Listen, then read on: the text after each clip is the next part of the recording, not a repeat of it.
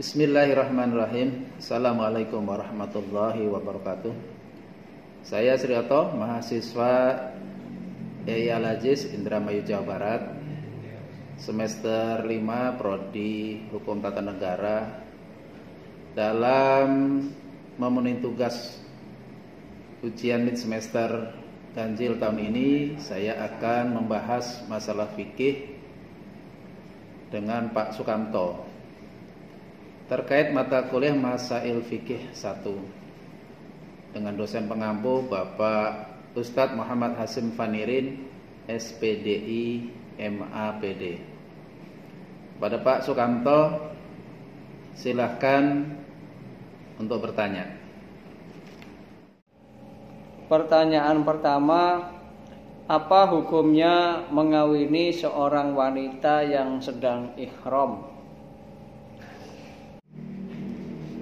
Baik, menurut pendapat jumhur, seorang yang telah melaksanakan ihram itu tidak boleh menikah. Maka orang yang telah melaksanakan ihram tidak boleh menikah dan dinikahi. Jika dia lakukan pernikahan, maka pernikahannya termasuk batil. Yaitu dalam buku fikih Islam Wa Adilatahu jilid 9 halaman 170. Di situ dikatakan sabda Nabi, la yankihul muhrimu wala yunkahu, yang artinya orang yang tengah melakukan ihram tidak boleh menikah dan dinikahi. Pertanyaan kedua, siapakah yang berhak untuk mengawinkan anak kecil menurut aturan Islam? Baik, untuk menjawab pertanyaan kedua, diterangkan dalam satu riwayat dari Abu Hanifah membolehkan kerabat yang bukan termasuk asobah seperti ibu, saudara perempuan, dan bibi dari ibu untuk mengawinkan anak kecil jika tidak ada kerabat dari asobah. Dalilnya adalah keumuman dari firman Allah Subhanahu wa taala yang dikatakan dalam surat An-Nur ayat 32, yang artinya, dan kawinkanlah orang-orang yang sendirian di antara kamu. Ini menurut fikih Islam jilid 9 dalam halaman 174 kitab fikih Wa Adilatahu, bahwa Imam Syafi'i berpendapat orang yang selain bapak dan kakek tidak boleh mengawinkan anak kecil laki-laki dan anak kecil perempuan. Pertanyaan ketiga, sebutkan perwalian menurut mazhab Syafi'iyah. Menjawab pertanyaan yang ketiga, menurut mazhab Imam Syafi'i dalam kitab fikih Islam Wa Adilatahu, jenis perwalian itu terbagi menjadi dua walian.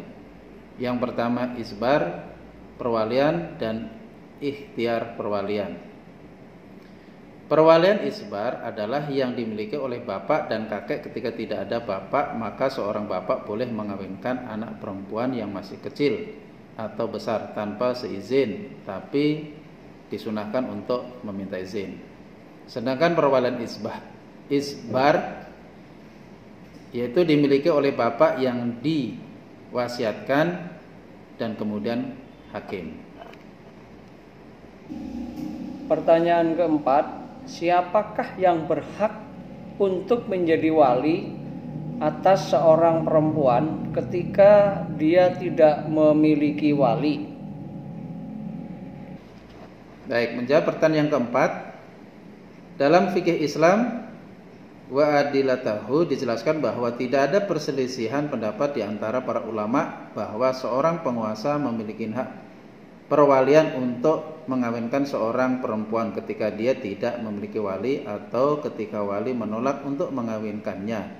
Di situ dijelaskan as-sultanu waliyun man la waliyan lahu. Artinya penguasa adalah wali bagi orang yang tidak memiliki wali. Pertanyaan yang kelima, apa batasan mahar untuk seorang perempuan?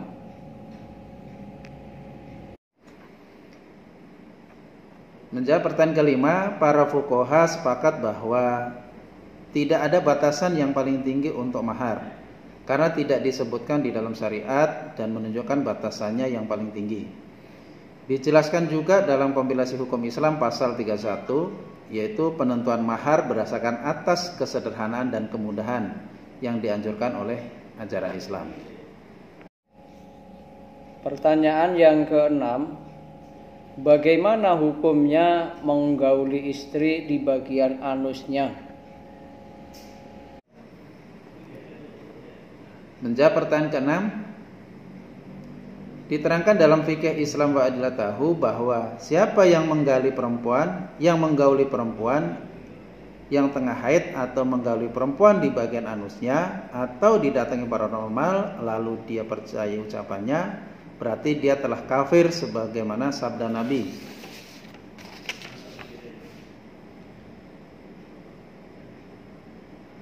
Mal'unun man ata imra'atan fi duburiha.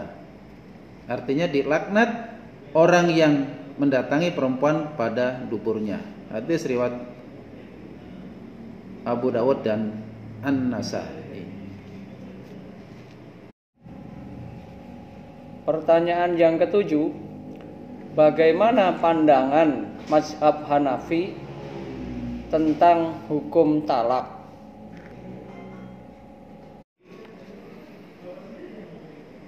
Pertanyaan ketujuh, saya jawab, dalam fikih Islam wa adilatahu dari Abdullah bin Umar telah berkata,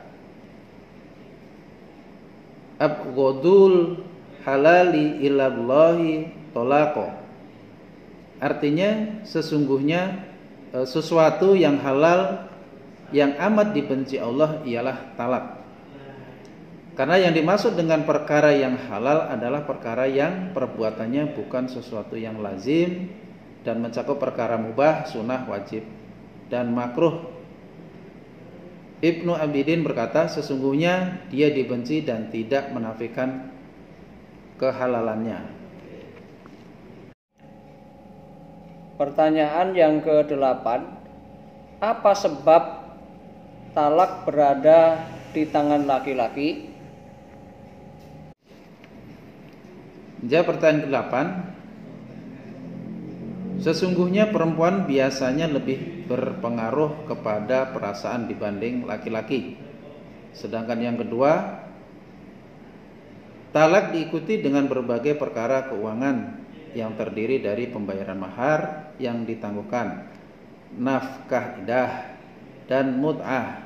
Hal ini karena laki-laki yang membayar mahar dan yang memberikan nafkah kepada istri.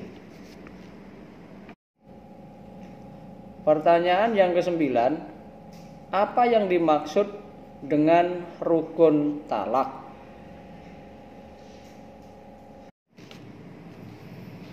Jawab pertanyaan ke-9, diterangkan dalam mazhab Hanafi berpendapat rukun talak adalah lafal yang menjadi dilalah bagi makna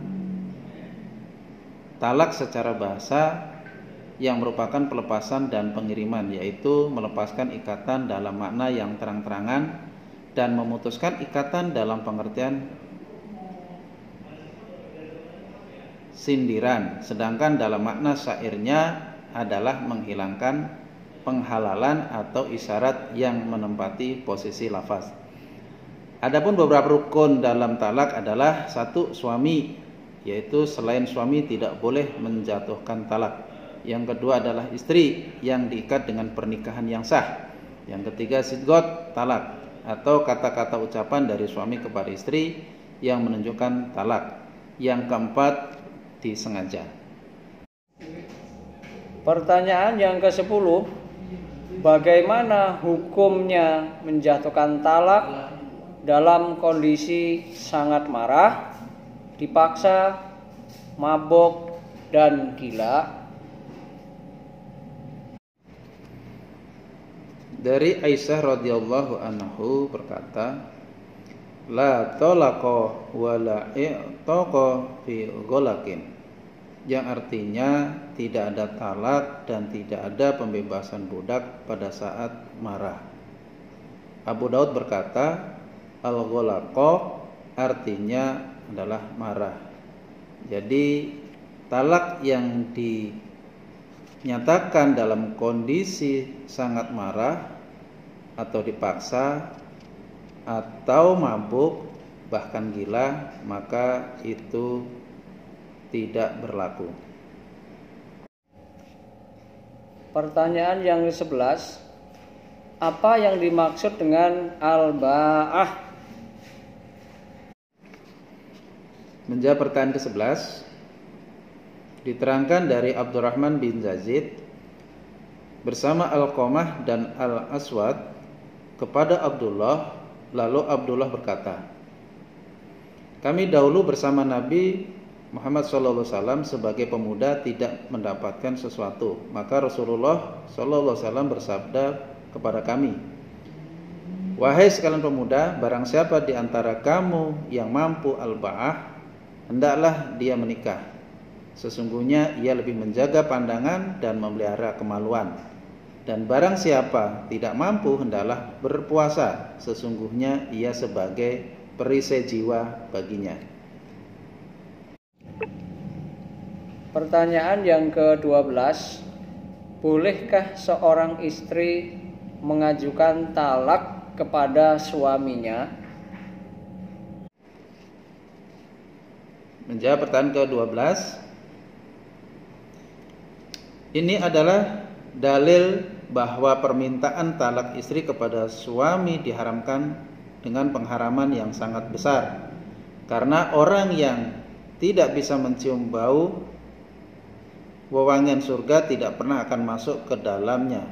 Cukuplah dengan dosa yang membawa si pelaku dosa kepada tingkatan tersebut sambil mengisyaratkan keburukan dan kekerasannya sebagaimana yang dikatakan oleh Asy-Syaukani dalam fikih Islam wa adlatahu halaman 354. Dalam hadis tersebut dijelaskan, ayyuma imra'atin sa'alat zaujah talaqa fi ghaima ba'sin faqaramu 'alaiha ra'yatal jannah.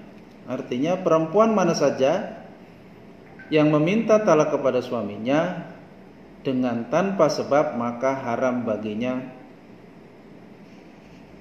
bau surga atau wewangian surga.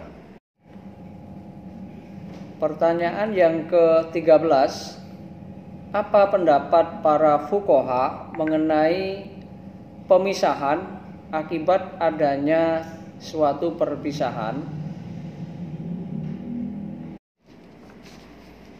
Menjawab pertanyaan ke-13, dalam kitab fikih Islam wa adilatahu dijelaskan bahwa mazhab Hanafi, Syafi'i dan Hambali membolehkan dilakukan perpisahan seorang istri akibat perselisihan ataupun akibat kemudorotan, betapapun besarnya kemudorotan ini. Dalam mazhab Maliki membolehkan perpisahan akibat perselisihan ataupun akibat kemudorotan untuk mencegah pertikaian agar jangan sampai kehidupan suami istri menjadi neraka dan bencana. Sebagaimana sabda Nabi, la dororo wa la diroro, artinya tidak ada kemudorotan dan tidak boleh melakukan kemudorotan. Pertanyaan yang ke-14, seberapa pentingkah saksi di dalam pernikahan? Menjawab pertanyaan ke-14 dijelaskan dalam fikih Islam wa adlatahu la nikaha illa biwaliyin wasyahidai adlin. Tidaklah sah pernikahan tanpa dengan adanya seorang wali dan dua orang saksi yang adil. Maksudnya adalah ketika menikah dengan demikian realisasilah hikmah persaksian, karena sebagaimana menurut para ulama Hanafiyah persaksian itu adalah syarat rukun akad nikah. Pertanyaan yang ke-15, bagaimana hukum melakukan poligami? Baik, menjawab pertanyaan Pak Sukamto yang ke-15, yakni bagaimana hukum melakukan poligami. Secara nas telah dijelaskan dalam Al-Quran surah An-Nisa ayat 3, yang artinya, dan jika kamu takut tidak akan dapat berlaku adil terhadap hak-hak perempuan yang yatim, atau bila mana kamu mengawininya, maka kawinlah wanita-wanita lain yang kamu sukai. Itu 2, 3, atau 4. Kemudian jika kamu takut tidak akan dapat berlaku adil, maka kawinilah seorang saja atau budak-budak yang kamu miliki. Yang demikian itu adalah lebih dekat kepada Allah dan tidak berbuat aniaya. Demikian pembahasan fikih tanya jawab kali ini, atau yang menyangkut masalah-masalah fikih. Lebih kurangnya mohon dimaafkan bila dalam penyampaian atau ucapan masih banyak yang salah. Hadza wallahu a'lam wa walhamdulillahi rabbil alamin.